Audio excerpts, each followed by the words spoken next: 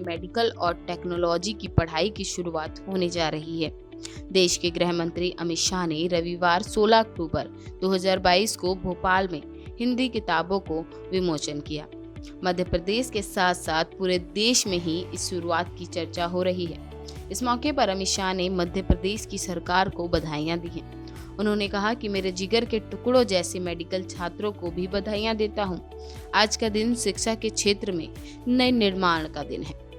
गृह मंत्री ने कहा कि देश विद्यार्थी जब अपनी भाषा में पढ़ाई करेंगे तब वे सच्ची सेवा कर पाएंगे, साथ ही लोगों की समस्याओं को समझ पाएंगे। 10 राज्यों में इंजीनियरिंग की पढ़ाई उनकी मातृभाषा में शुरू होने वाली है। इस पर काम चल रहा है। मैं देश भर के युवाओं से आहन से कहता हूं कि अब भाषा कोई बाध्यता नहीं है, इससे आप बाहर आएं। उन्होंने कहा कि आने वाले दिनों में ये सिलसिला और तेजी से बढ़ेगा। पढ़ाई लिखाई और अनुसंधान मातृभाषा में होगा तो देश तेजी से तरक्की करेगा। Modi ji band and theory को बदल रहे हैं। आज आनंद है कि भाषा की बात को शिवराज सिंह ने बहुत अच्छे से संभाला है। गृह मंत्री अमित शाह ने कहा कि मातृभाषा में मेडिकल की पढ़ाई पर हमें गर्व है। शिवराज सरकार देश में सबसे हिंदी में पढ़ाई शुरू कर पीएम मोदी की इच्छा को पूरा किया है।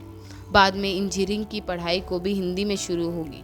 देश के सारे विद्यार्थी अपनी मातृभाषा में तकनीकी शिक्षा हासिल करेंगे। देश भर के विद्यार्थियों को बधाई। अपनी भाषा में पढ़ाई से आपकी क्षमता बढ़ेगी। अपनी भाषा में अपनी क्षमता को बढ़ाया जा सकेगा क्योंकि ये मोदी की सरकार है। मोदी जी जब दुनिया के देशों में हिंदी में बोलते हैं तो देश के युवकों का हौसला बढ़ता है। नई शुरुआत हो रही है, इसलिए आप सबको बधाई।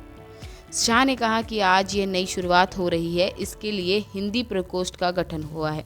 सर्वे के बाद बहुत मेहनत के बाद पुस्तकों को रिलीज किया गया है। सोचने की प्रक्रिया अपनी मातृभाषा में होती है, इसलिए नेशनल मंडेला ने कहा था कि यदि आप किसी व्यक्ति से उस भाषा में बात करते हो तो वह उसके दिमाग में जाती है।